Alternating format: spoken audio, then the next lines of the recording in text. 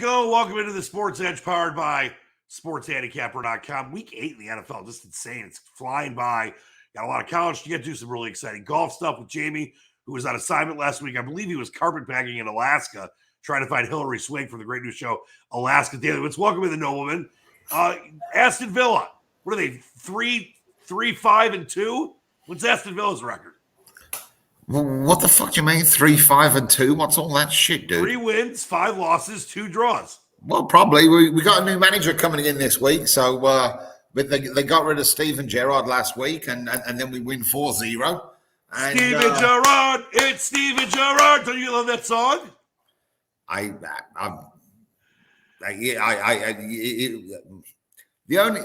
Listen, I love Steven Gerrard as a player, great player. And he came to Villa after a great time at Rangers, then up in the Scottish League. But it just didn't work out for him. And now they've got Unai Emery, who came over from Villarreal, and see what happens there. He'll be in charge for the Man United game. Obviously, we've all seen what happens when new managers take over and new coaches take over in US sports, and the same kind of thing goes in the Premier League as well. So, Villa's Unai Emery's first game in charge will be against Man United on November the 6th, and hopefully it'll be a positive result. Listen, I just like my Detroit Lions. I don't care how bad they are. I'll always love them, and that's the way you are with Aston Villa. Here's the impresario, the Westgate champ, the always top-level, high-level mood man, Sealy McNeely. I didn't know that today was Passover because you're lounging. Is today where we ask the 4 questions, where you get to lean back during the show today? Is that have you heard that right? I'm just my back's killing me. All right, that's no problem because your picks are not killing you. Your picks are doing great, and we're going to get into some college and pros in a little bit. Before we get into anything, though, update on the fish. I know one died recently. Are we still alive? Is that one fish still eating everybody?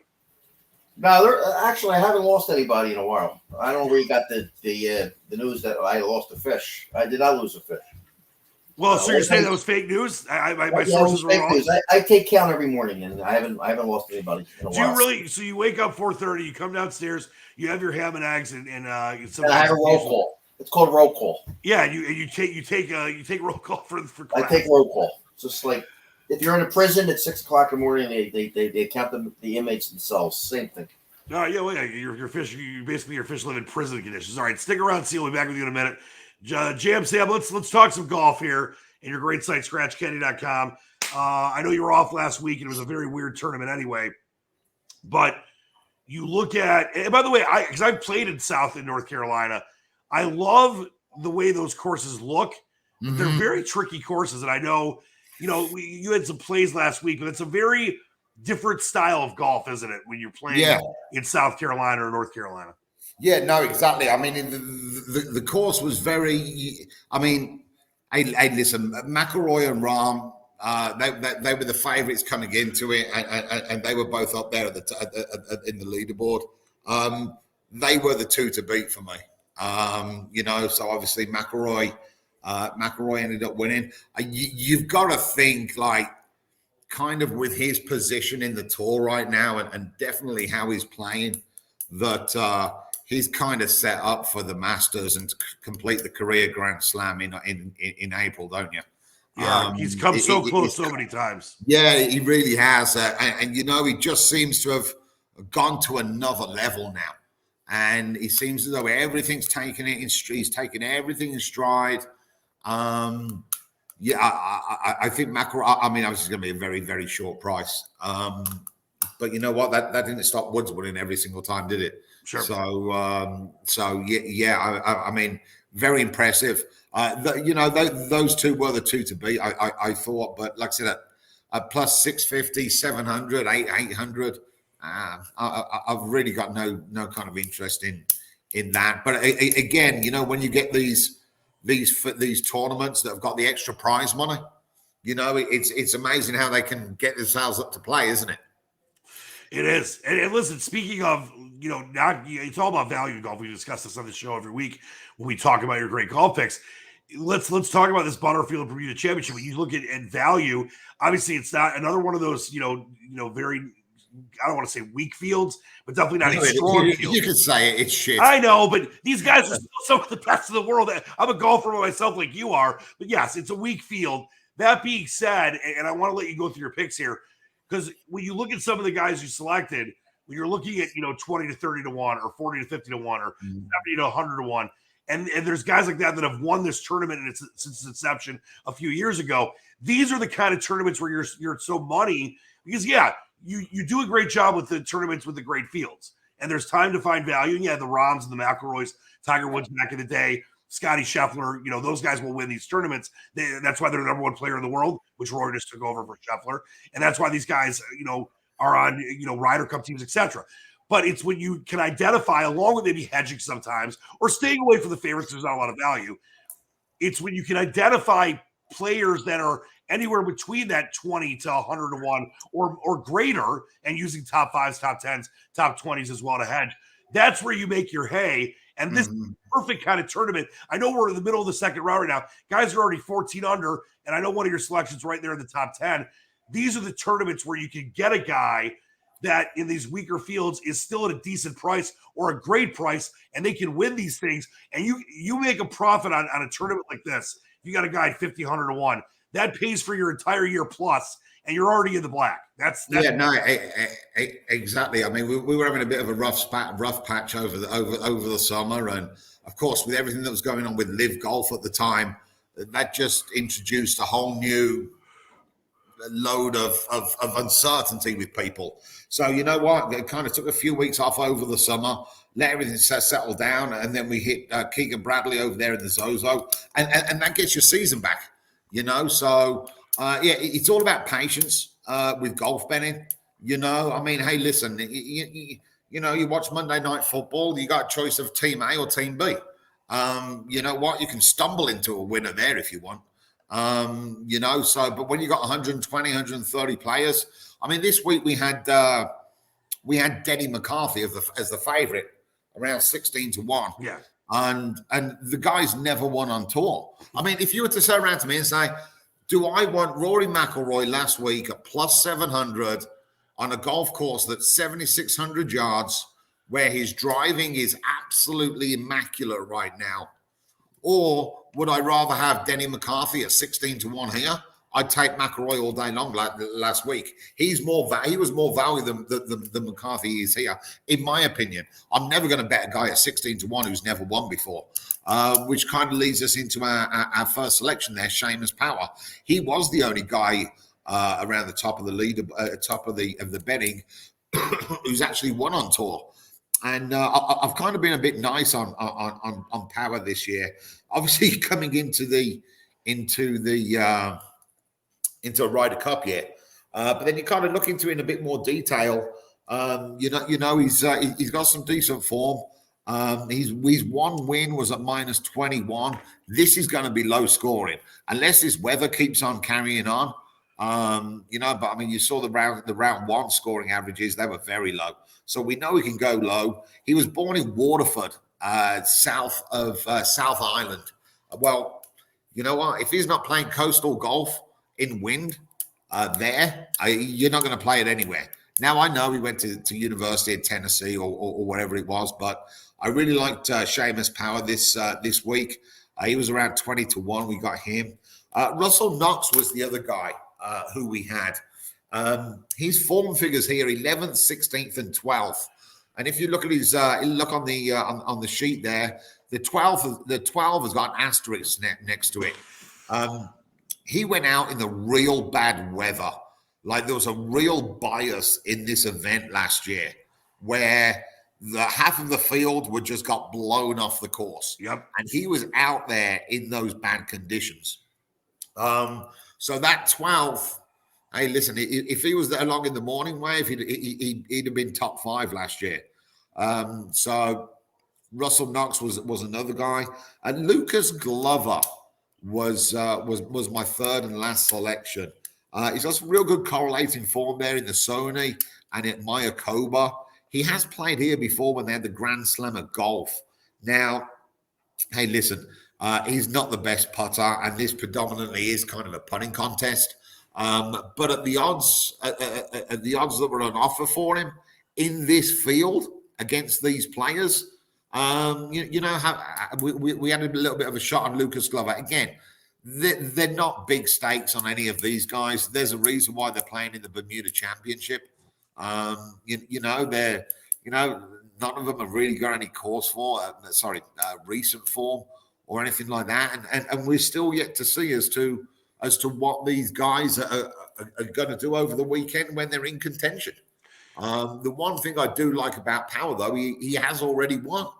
Right. And I think he won it. I think it was a 4 or 5 hole playoff when he finally it was late last year.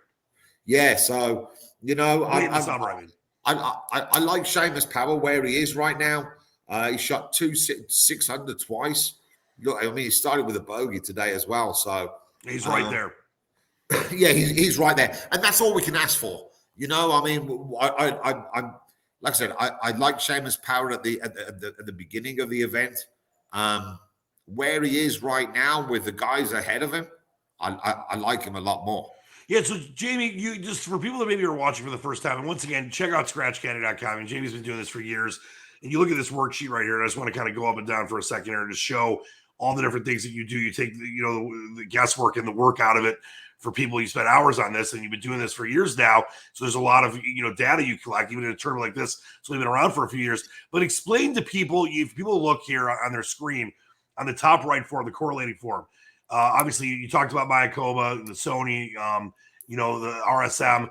Explain to people that are maybe watching for the first time what that means and why that's so important. And when you look at a tournament sheet and you say, okay, like for example, you mentioned about Rory last week. Is it worth taking the 6.5, 8.5 to 1, or you want to take a guy like Denny McCarthy this week that's the favorite, never won before, or look at a guy like Seamus Power that has won, getting good odds. Obviously, good odds on Russell Knox as well, who's been successful. And this, as you mentioned, is a putting contest. Both those guys can be really hot putters.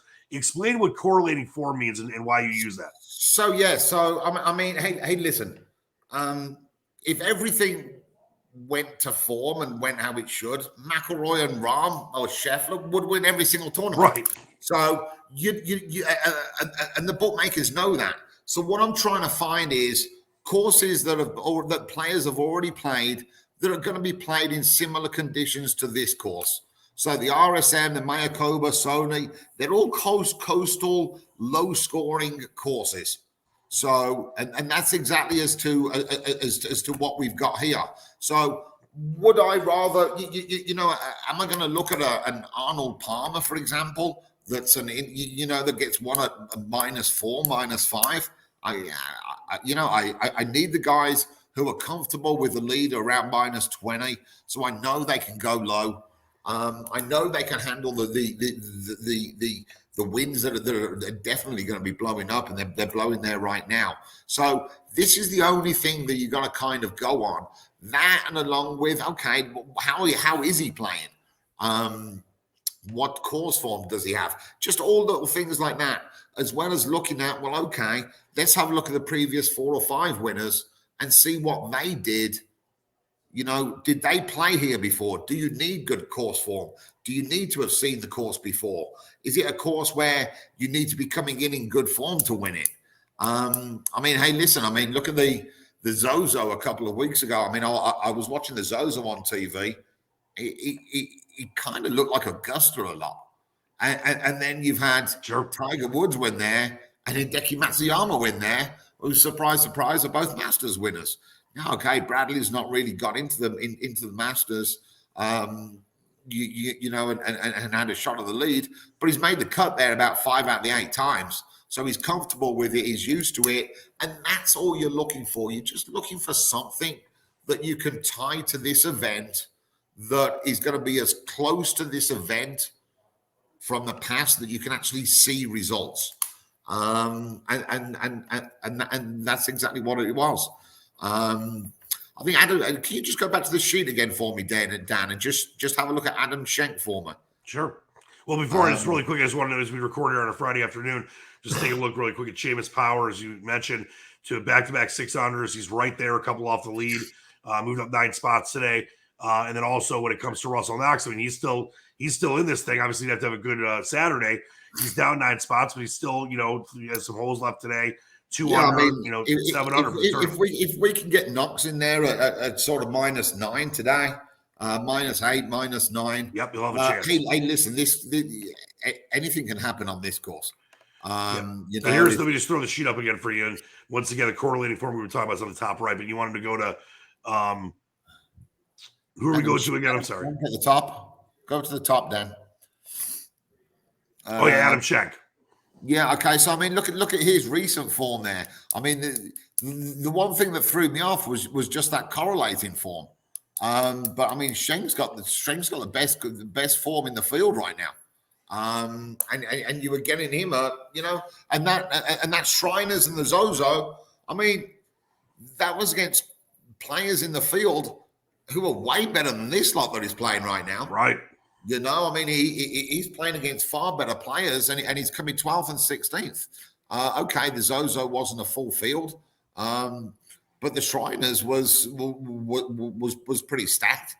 So I mean, it's and again with these kind of events, you're not going to have everything. You're not going to have great recent form, great course form, and great correlating course form. You've got to kind of pick and choose as to what's important for you.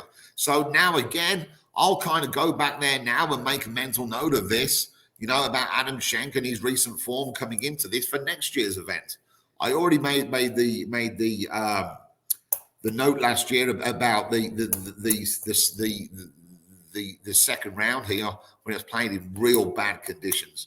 I mean, it was like 30, 40 mile an hour winds last year. I remember and that. Half the field were basically knocked out of the event. So that 12th on the finish for Russell Knox last year was really impressive considering where he came from in the field. All right, Jamie, great stuff as always. Please check it out at scratchcaddy.com, and let's get Seamus Power in for a nice little win. There'll be 2 wins in a few weeks here.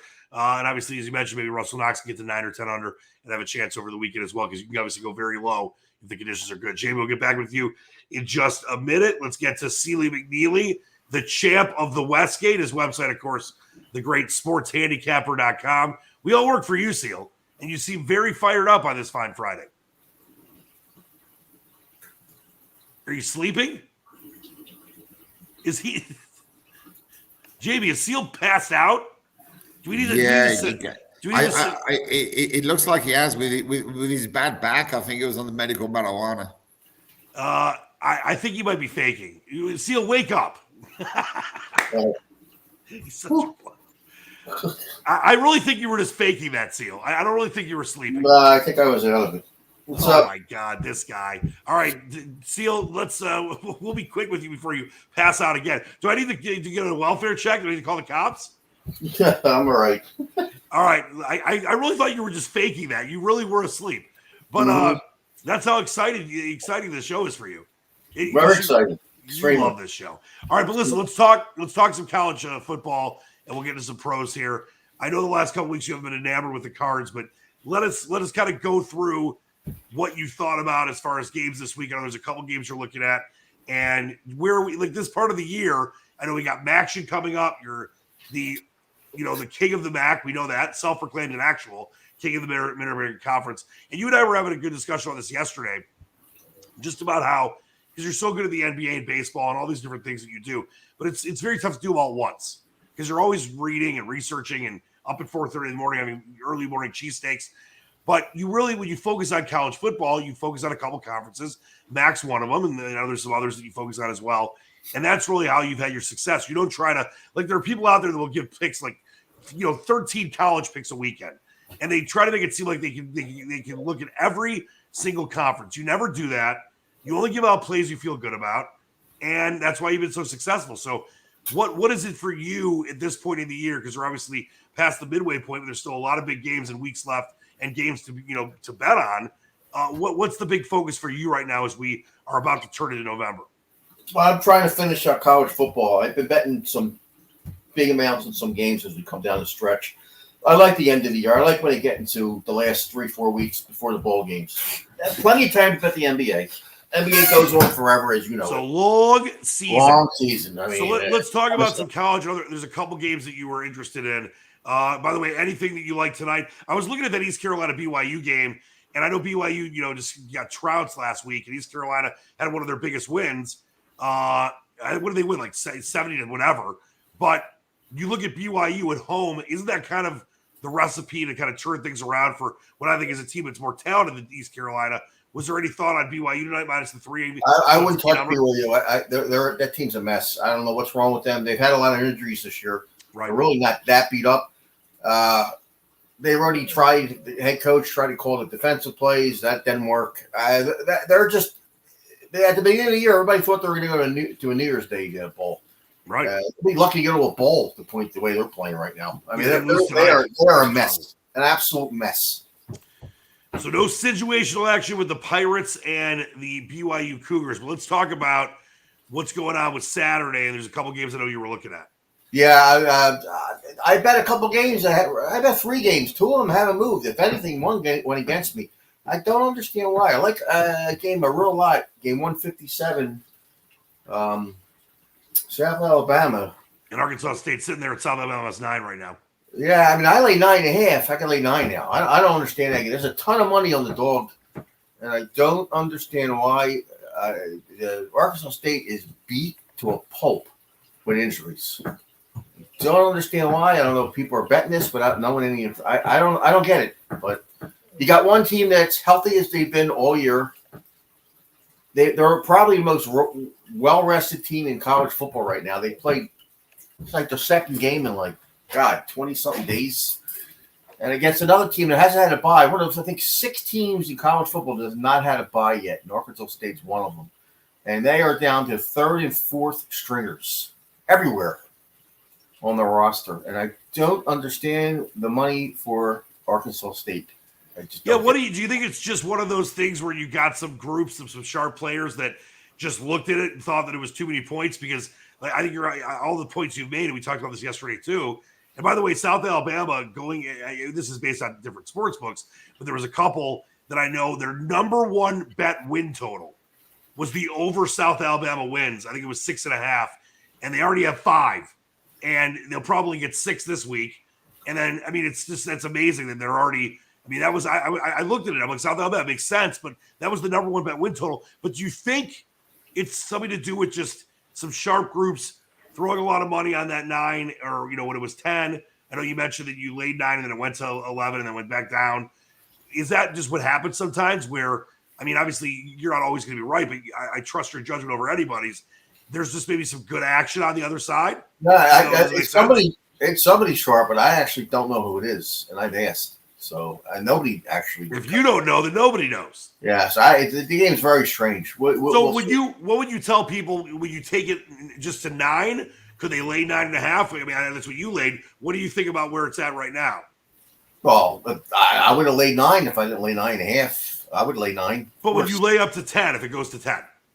No. I mean 9. I'm in full at 9.5, and it dropped this afternoon. I wasn't home. And it went to 9, 9.5. Well, 9's a dead number anyway. But like you made a great point. Arkansas State is completely banged up, and South Alabama's got a very talented team on all 3 sides of the ball. And South Alabama's very good. This very underrated team this year. Good. It should be. They're going to be a good bowl team, Matt, I would think. Oh, they're definitely a bowl team, but they should beat UCLA and UCLA. They're a good team. Great. When I say bowl team bet, I mean betting them in whatever their bowl game is, and I don't care who they play. Hopefully, a team that's a lot better and they're an underdog. All right, What else are we looking at? There's a couple other games you like too. I was farted around with 150. Your team, the Talons, the Hurons. Yes, well, Huron/Eagles. But I don't know about that game. I took 8.5. I got a lot of it sitting in the bank in inventory, but that game scares me. I don't think the quarterback Finn's going to play for Toledo. I think the game will go to probably 5.5. Well, you know what the thing is too, and you and I have discussed on the show. Eastern is an incredible road team. They've beaten Big Ten teams until they didn't play with this year. 3 straight years they beat Big Ten teams on the road. They beat Arizona State as almost 20. You got to remember it's fired. They were almost 20-point dogs. Won that game outright about a month ago. Then they come back home, get their ass kicked by Buffalo. They've lost big games at home to Western Michigan when they were the better team. I don't know why. I mean, listen, I went to school there. Ryerson Stadium is, it's a dump. They maybe get 10 to 12,000 a game there. There's no home field advantage. Please. 10 to 12? Yeah, that's what they say. Sometimes. Yeah, okay. Listen, give us some credit. They play on it's the factory. They play on that concrete-looking turf. That being said, there's no precipitous home field edge. They're so good when it's us against the world under Chris Creighton. He's been such a good coach for Eastern.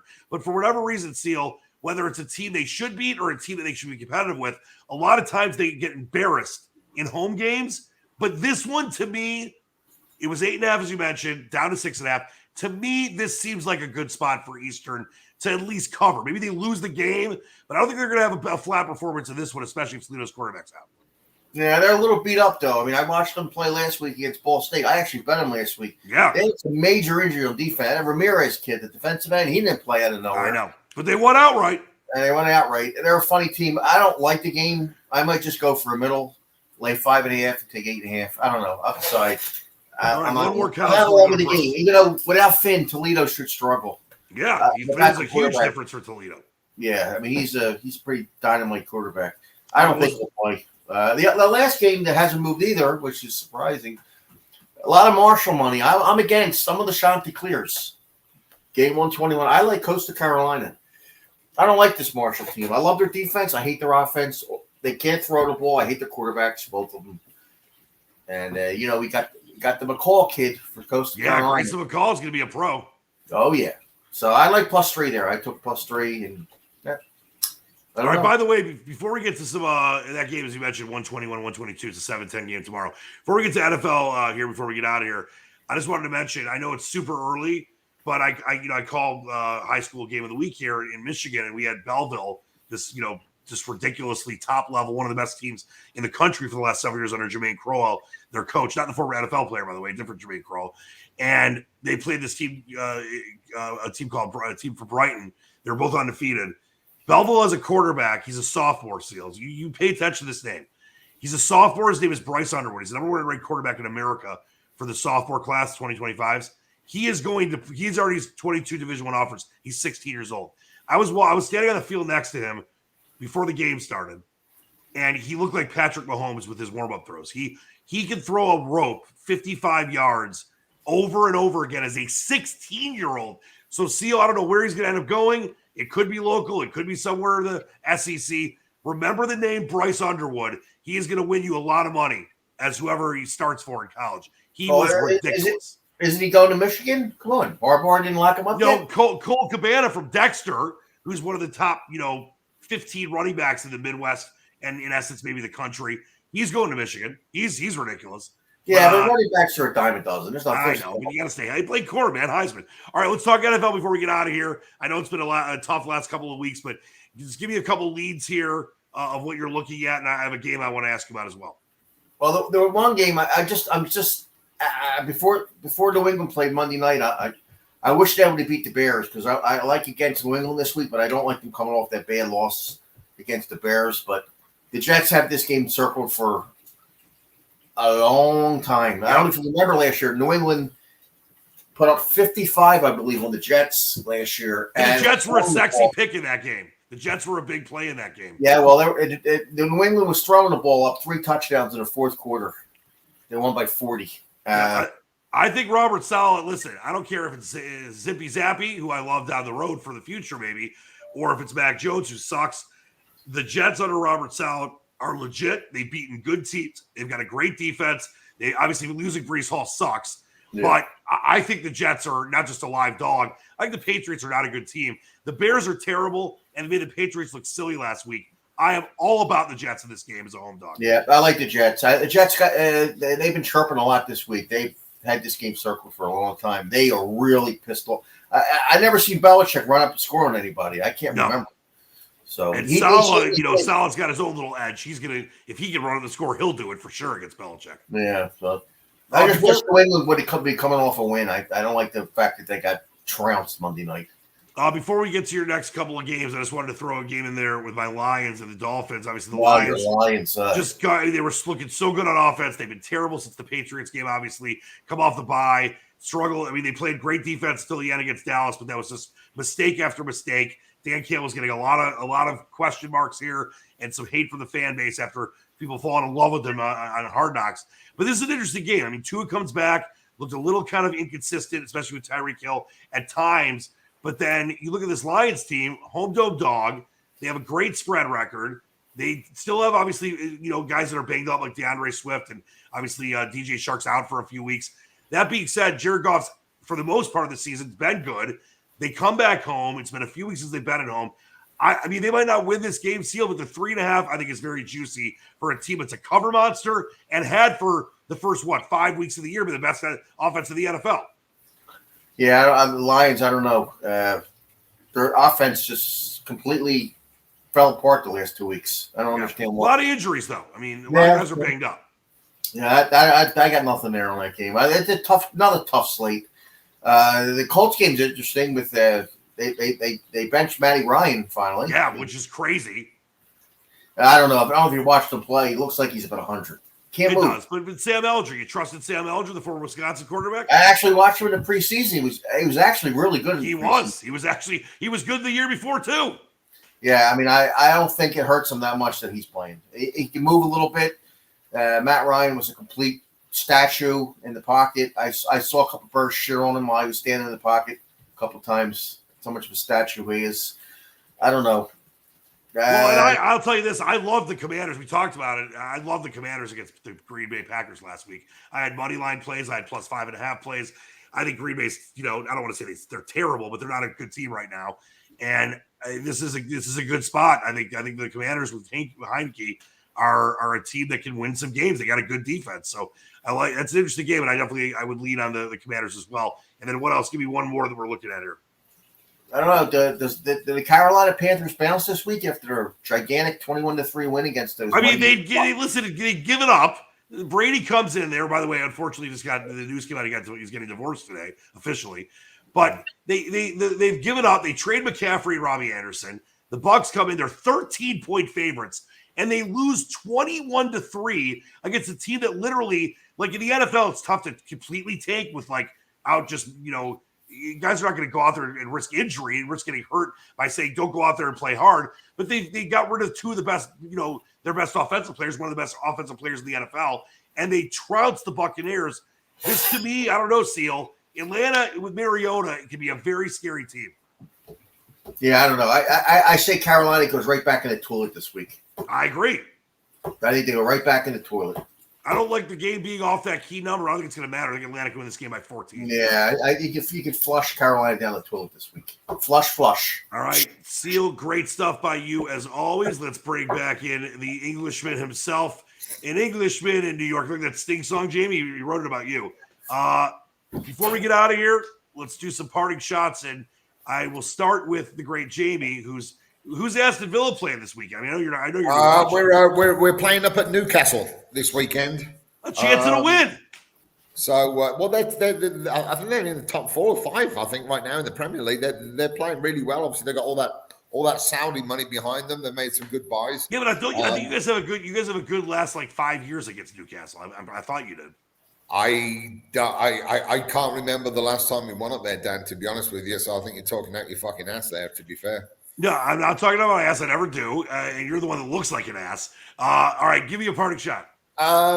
So, remember years ago when we saw the whole Tiger Woods thing unraveling with his wife and going through the divorce, and look what he is in complete disarray.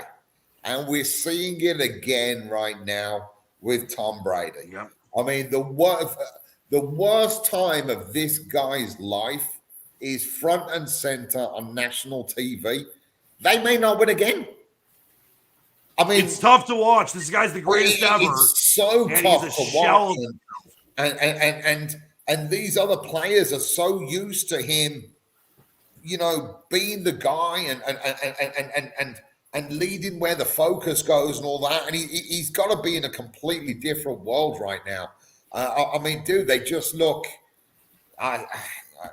They look hopeless. Well, right, and it's so bad to see him like that. It is two things on that. You know, I mean, I remember 10 years ago. You know, we go turn on for Monday Night Football, and you know, it was like Kobe Bryant with the ball in his hand for the last minute.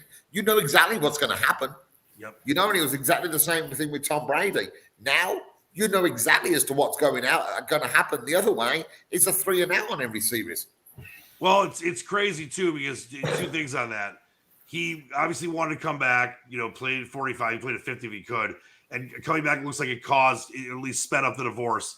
Not only has he come back and now he's getting divorced, he's having the worst year ever.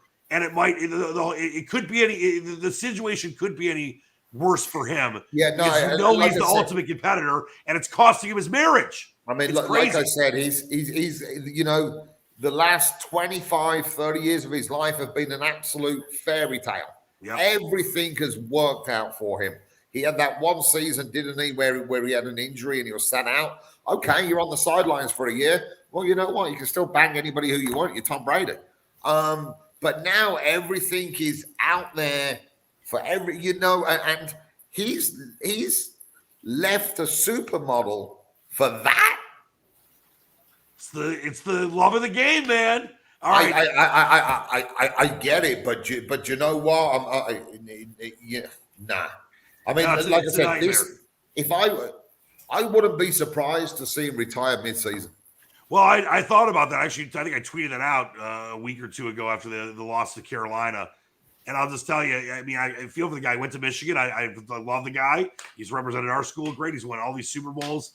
He's the best ever. But this season is a absolute Alice in Wonderland nightmare. And it's so bad to watch because it's Tom fucking Brady. Yeah. You know, he's the GOAT. He's crumbling in front of our eyes.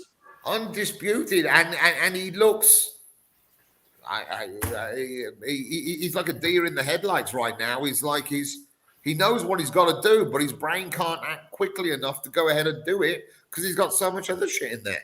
Well, let's wish him the best, and obviously, exactly. Sports are one thing. I mean, Baltimore +2 last night was a cracking bet, wasn't it? Yep, and the line flipped for Baltimore -1 to +2, or -2 to +2. I'll tell you this, you know, football is great, but obviously, I feel terrible about the marriage stuff because that matters more. Yeah, no, it's horrible, but I mean, obviously, you know, we're a sports gambling talk, and we're talking about gambling, and we're talking about angles and edges and all of that kind of stuff. I mean, listen, this may well carry on for a while. Yeah, it could. All right, Seal, you got something not so depressing for us? Yeah, I got a different take on the matter. First of all, she's washed up. I guess Giselle, whatever her name is. What do you mean she's washed up? Completely washed up. You're a fucking dunce. All he has to do is let him call Leonardo DiCaprio. Oh get a number of one of his not washed up. She's the mother of his children. Listen to me. He told Leonardo, say, listen, give me a number of one of your ex. What he's go out with Victoria's Secret models, and he'll be fine. Great. Trust me. All right. Anything else? Anything else? That's what I would do if I was him. I don't know. All right. He's got plenty of exes, Leonardo. Yes. Not to get depressing, but we have a lot of fun on this show. We give each other a lot of crap, but. As we recorded on a Friday, there was an attack on Nancy Pelosi's husband. Oh, yes, absolutely. I don't care what side people are on. We've got to get this shit stopped. I don't care. No, my heart's out to him. Yeah, I mean, if you're red, blue, purple, I don't give a fuck what you are. It's happened on both sides. Steve Scalise, Gabby Giffords. I know that people were going after Rand Paul. You can hate and not like a candidate. I don't like the word hate anyway. You can't hate the people that support them, but you also can't use violence to try to get your point across. It's unacceptable. It's not what America is. So obviously I know that both sides are condemning this, thank God, but let's try to do what we can to calm down because we got an election coming up. It's only going to get more ramped up. The violence is unacceptable. So like you said. You guys are in a complete shitstorm up there as well. I mean, Jesus wept, dude. Thank God I live in Costa Rica and I'm English. Yeah, well, you're going to have a lettuce running for prime minister, though. No, yeah, but listen. I'm working on my menu for November 8th, actually. Yes, we'll talk about the menu next week. Guys, great job as always. Don't forget Jamie's site, ScratchCandy.com. Let's go Seamus Power, Russell Knox, maybe even Lucas Glover, and Seal's site, of course, SportsHandicapper.com. Get me at SquatchPicks.com. Sideburns, who will join us shortly at Handicapper 911. Thanks so much for joining us. The champ is here. The champ of the Westgate. Let's see if we can get it done again. Until next time, though, for Jamie, for Seal, I'm Dan Leach, the Squatch. Keep reaching for the stars. Believe in the dream. We love you. Peace. Bye-bye.